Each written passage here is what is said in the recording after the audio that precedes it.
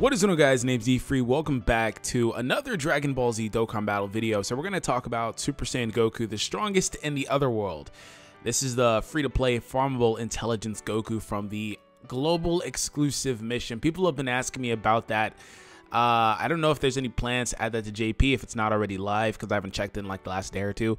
I don't know if there's any plans to add that anytime soon. I think that was just something that they whipped up specifically for Global's anniversary. I mean, it's only one freaking stage. They didn't put a lot of effort into it. They introduced, what, 5 new units in one stage. That's it. So anyways, hope you guys enjoyed today's video. And if you are new, punch the subscribe button. And I'm going to give you guys my really quick general thoughts on the unit.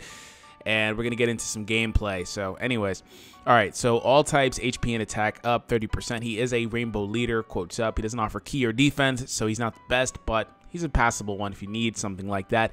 Causes extreme damage to the enemy and raises his attack for 3 turns. So the 3 turns is good in regards to it allows him to get his attack going higher than it would. And there's a couple reasons why they did that I'll talk about in a minute.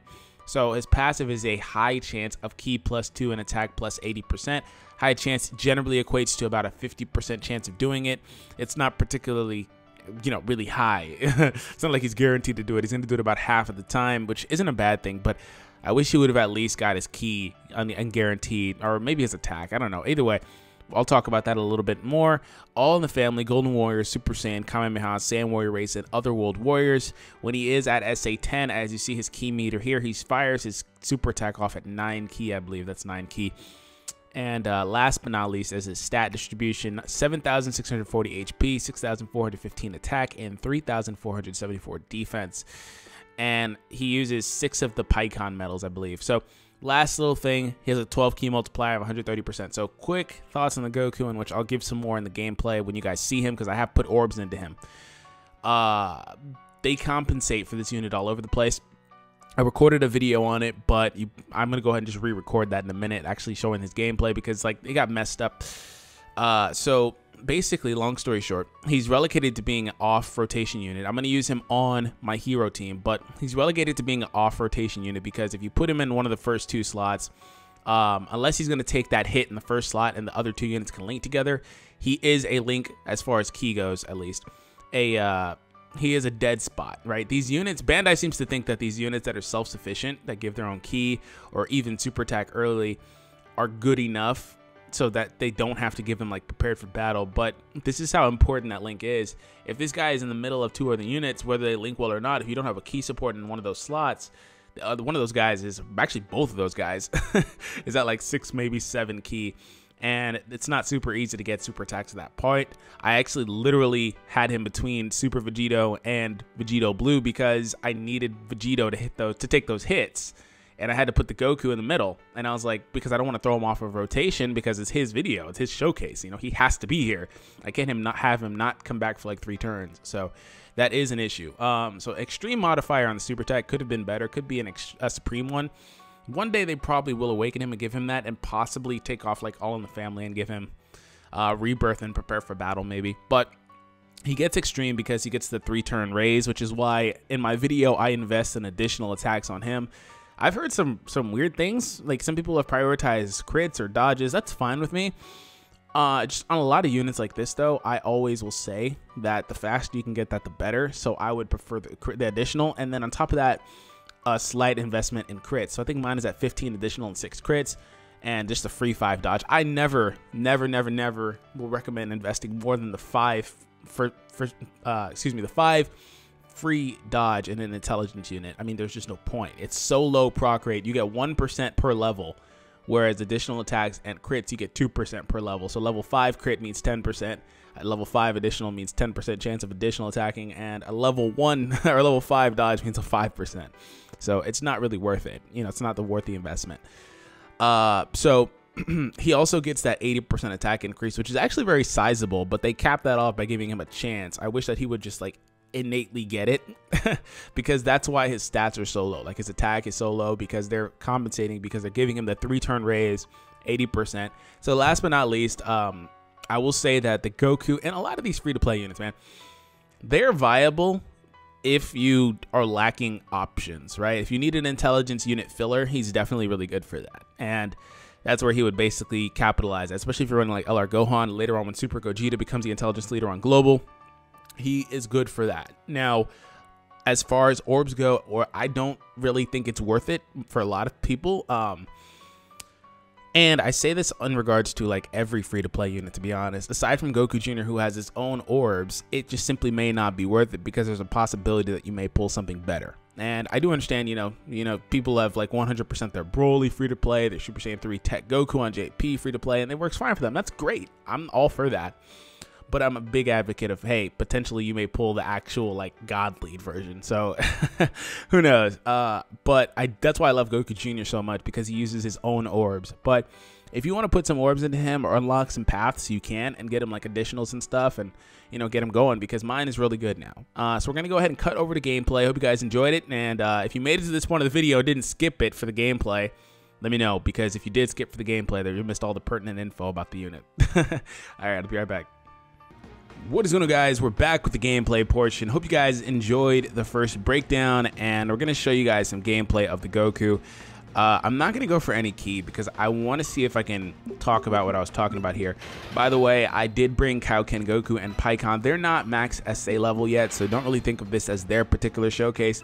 They're SA1. We're showing them on a hero team, so keep in mind that under heroes, his buff will be not as good as it would be under LR Gohan. So if you're looking for super flashy damage from this guy, it's just simply not going to happen. But that being said, I wanted to show him in his most versatile format, which is with other units that do share the Otherworld Warriors link. And unfortunately, he's the only one on intelligence, aside from his base form. There's not, I guess. I don't really see much of a point in doing that, but I guess. So anyways, let's go ahead and begin. I'm going to put Vegito on the back, and I'm going to let you take that hit. And you do that hit, I mean, do the hits. And by the way, yeah, they did update this event, I'm assuming in preparation for when STR Janemba drops, but this is the 40 stamina Janemba stage. I wanted to take on a stage that was relatively easy and could allow him to hit a little bit harder, because he does have the Super Saiyan link, which is, you know, the special link for this event. But they did change him from being STR to being AGL, because they do that whenever the wow, I forgot there's only 2 phases to this event. Whenever the damn it, Vegito Blue, this guy's gonna mess around and get a super. I may have to run it a couple times, and I may just drop. I can't drop Vegito Blue because he's the lead. I left Gohan. Is that not enough? I left the SS4s and Gohan. Is that just not enough? But yeah, they updated it because whenever STR Janemba drops, the first phase is don't you dare super attack. Don't do it. The first phase is STR. I've been trying to say that for like 3 minutes. Okay, cool, he didn't. All right, now we have this Goku with his Kaioken counterpart. All right, so let me go ahead and I can actually explain what I was going to say here. So ordinarily, right, your priority, and this goes for every rotation, your priority would be to do something like this to make sure that you can what's it called, get your super attacks off. Fortunately, the key lines up for me to be able to do this, right? I can get that, he'd super, then I can get those greens, and I can give Gogeta the reds, and we're all set. But what happens in a scenario where the key doesn't line up? You know, this is a great orb placement. So this guy being in the middle messes things up. So obviously, you throw him off rotation, or you put him in the first slot, so these 2 guys in the back end can link together. That's what I mean when I say that Bandai likes to like give these units self-sufficiency in place of what they should do, which is actually just give them the link. And it's a shaft, and they know it's a shaft. That's exactly why they do it, because they can't have these units for whatever reason be on par with the main units, or at least a lot better than they are. So I don't know, it's just something a little minor that I don't think a lot of people pick up on. That being said, he did get his passive because he's at 8 key. He would start off at 6 key if he did it.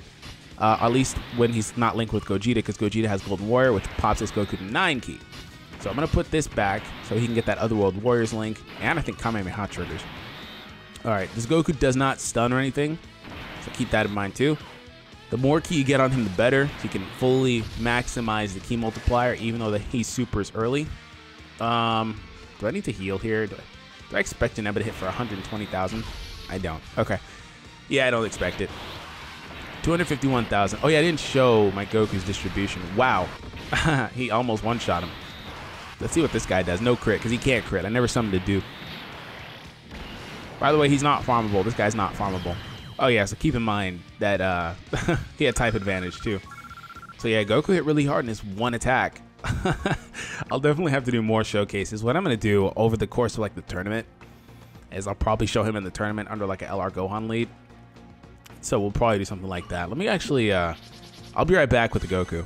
Okay, so we're back. Like I said, the Goku has some orbs. He's over 50%. And like I tweeted, I was like, man, this is totally not worth it for me because I have better investments for the intelligent orbs. But like I said, I do understand if some of you guys need it or wanted to max out a unit like this in preparation for something. But like I said, just do it moderately if you're going to do it, because you don't know what you're going to get or what you could potentially get or what they could drop. You know, this is brand new. This is, you can't always base it off JP. This is global specific right now. So I don't know. But that being said, this is the investment that I gave him. These are his overall stats now. All right. So this is how he looks now after plus 3,000. So he has really low base stats.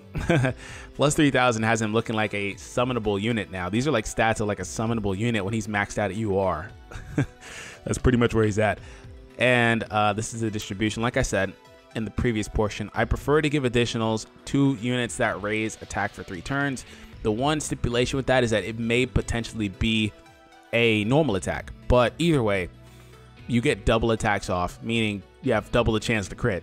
It's that simple, which is why additional attacks are getting kind of slept on. Everybody's just going crit, crit, crit, crit, crit. Crits are great, but you still get the chance to crit if you do both, which is why I do both.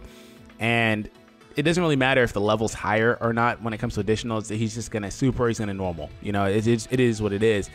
But either way, it helps him get that stack sooner. He can't actually hold the stack on global until they drop Super 17 and implement that update, which I don't know if they just implemented that update over the maintenance last night, but he'll be able to hold this and his attack stack will stay and it'll get pretty significant, especially if he kicks his passive in. So he can start hitting really hard. You just saw what he did. Once again, take it with a grain of salt because he was under an event that he had a special link for, and he had all of his links basically active. So anyways, hope you guys enjoyed it. Have an awesome day, and I'll catch you guys in the next one. Peace out, guys.